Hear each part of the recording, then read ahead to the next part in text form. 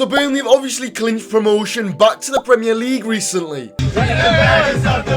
Honestly, Michael Obafemi is just like Burnley's GTA stripper, isn't he? But anyways, back to the point. Burnley are now a Premier League club. However, the question on everyone's mind is, can Vincent Kompany's current side cut it next season? You know, let's not take the piss here. First up this summer, Burnley must look at their loan list.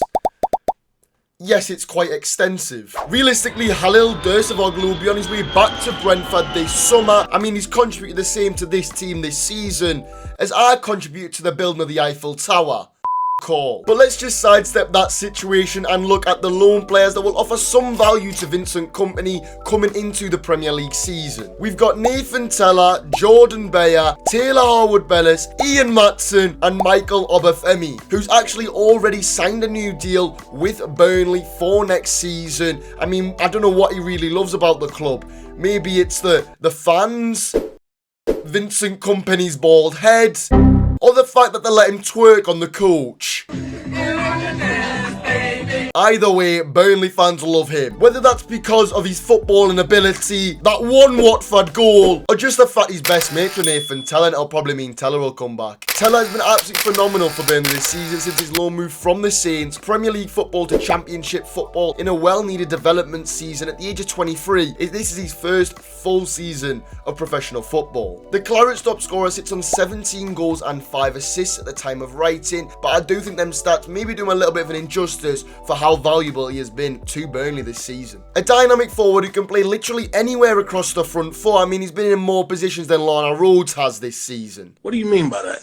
But moving on from him having a multi-positional card on FIFA, Nathan Tella has found a new lease of life under Vincent Kompany this season and has arguably been Burnley's player of the season so far. The fuck are you talking about? However, there's no real concrete situation for Southampton at the moment. They don't know if they're going to be a Premier League level club or a Championship level club, which means the rumour mill the size of Akinfenwa's breasts is starting to go about with Nathan Tella's future. For me, I can't see Tell's wanting to stay at Southampton. I mean, he loves it here. There's been athletic sources stating that he loves it here, and realistically, after an electric season in the Championship, does he really want to come and do it all again if Southampton do go down? And I do believe around £15 million could be enough to pull him away from the South Coast. However, Southampton could try and push that up if they are in need for money. I mean, they're going to be selling a lot of players for a lot of big money, which may help their bargaining when it comes to selling someone like Tella. I mean, James Ward-Prowse is probably going to be going, Lavia going as well. That is big money coming in. Do they really need to sell for cheap for Tella? I'm not too sure. So there's no guarantee Burnley will actually confirm the signing of Nathan Tella from Southampton this summer. So we have to look at alternatives. And a big one for me is Mike Tresser. Now I'm aware I very much so could have said that name wrong. I'm sorry anyone offended. I'm a bit thick. Tresser is very, very good on the ball and he fits the model of the Nathan Tella. Just rapid, really. I'm fast as fuck, boy.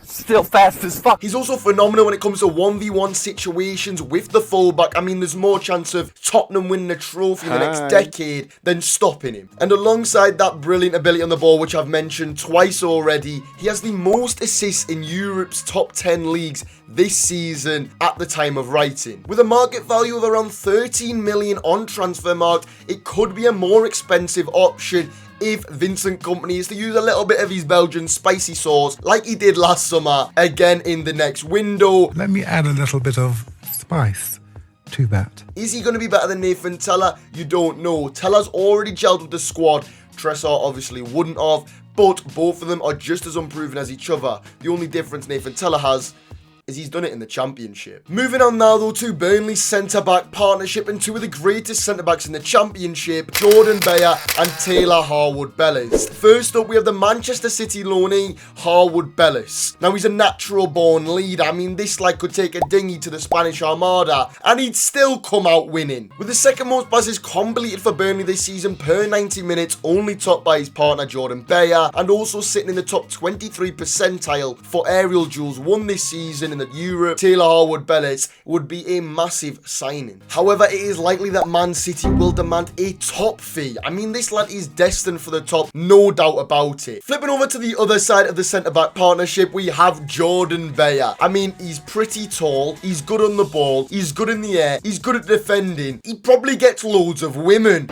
Okay. The Clarets allegedly have a promotion clause in the German's contract, which would see him come to Burnley for a reportedly outrageously low fee. I mean, we're talking around 10 million. I mean, that's a bigger scam than if you were to go and pay for TalkSport. Jordan Beyer has been a mainstay in Kompany's defence throughout this season and has impressed on almost every single one of his performances, other than when he's playing against this dickhead. Beyer is immense in possession. This is really where he strives, sitting in the top 6 percentile for progressive carries per 90 minutes for centre-halves in Europe. I can't actually see a world where we do not see the German leading Burnley onto the pitch in the Premier League. However, if it isn't to happen, then I guess for me, the perfect player for this mould is Kiki Kiarte. Kiarte is a much less progressive defender. Now, there's no line about that, and I guess that is what makes Beyer so good. But the talent that this man has, he's just dying for the badge, lads. You've got to fucking die to get 3 points. I mean, look at these defensive stats here.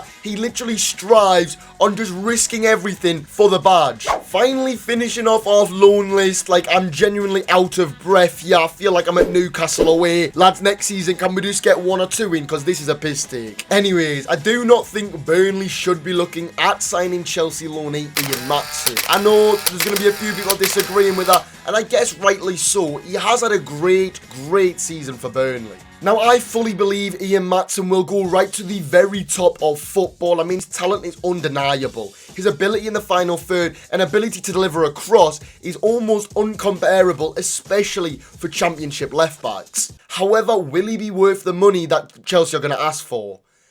I'm not really too sure. Now, I think for the money they're going to want, maybe 15 million. I mean, there's reports of 35 million. Lads, remember we're Burnley, yeah? Let's just remember that. We're talking about Burnley. Not Real Madrid.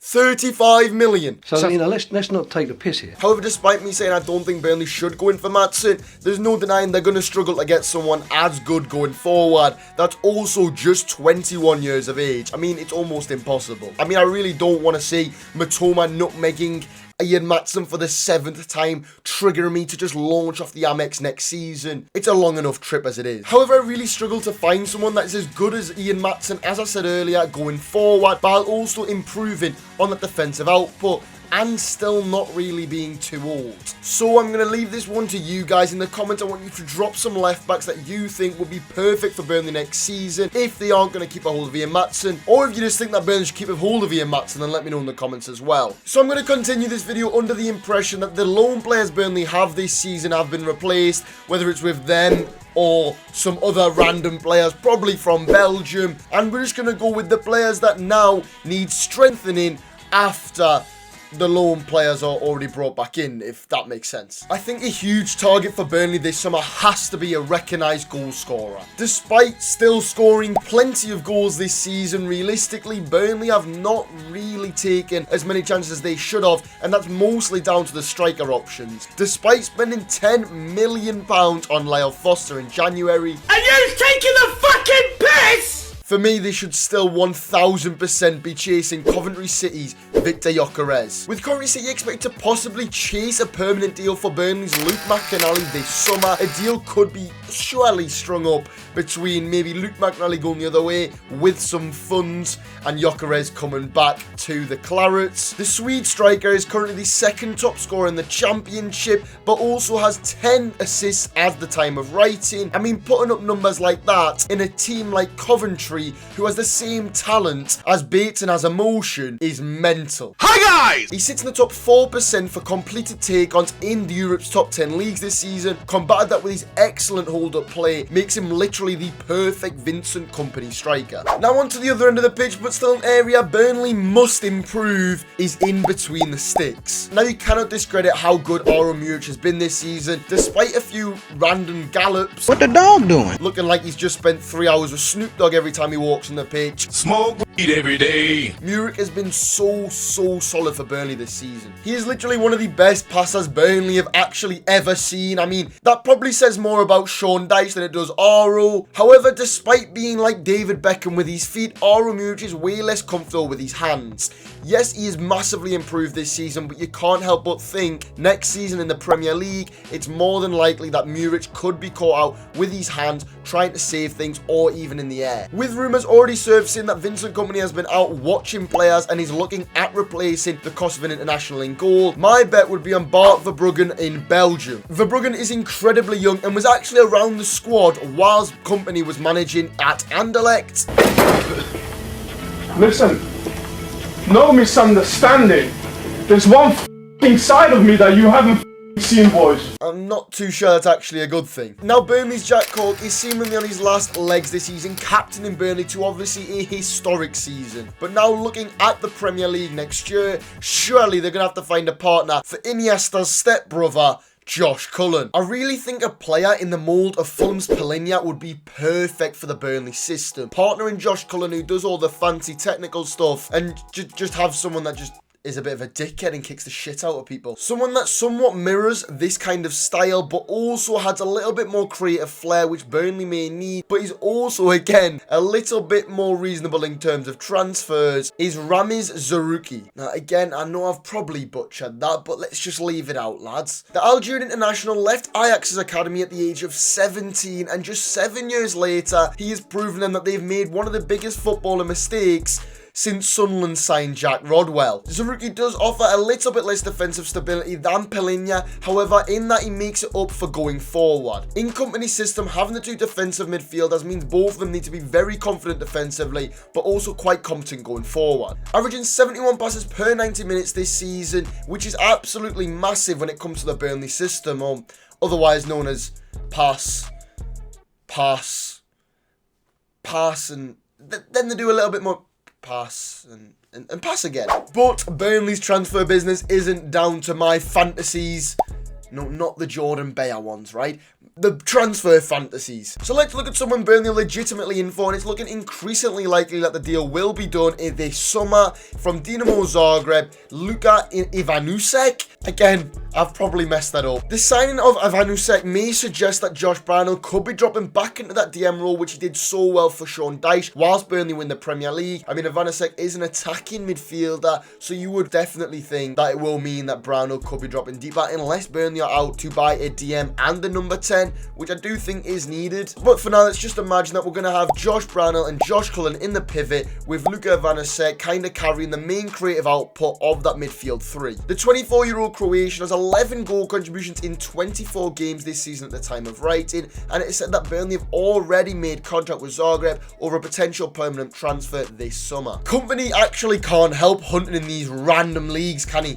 You know, he's like some big trophy hunter just finding random wonder kids out of nowhere. Next minute, we're going to see Zaroury's head on his bedroom wall. We know Burnley may not have the funds of some other Premier League clubs. I mean, they historically never have spent massive. So they may look at little loopholes in the transfer market to try and get some valuable squad depth in.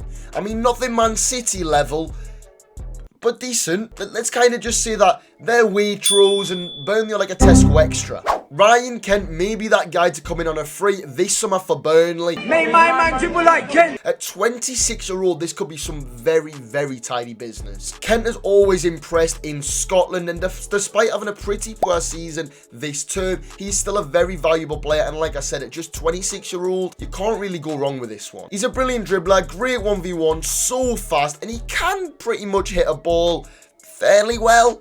It is decent.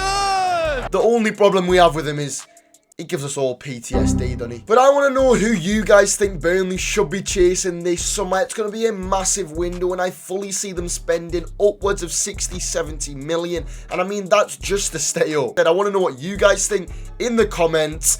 Put your prediction for their position and who you think should be a Burnley player come the end of the summer window. And I will see you guys in the next one. Peace.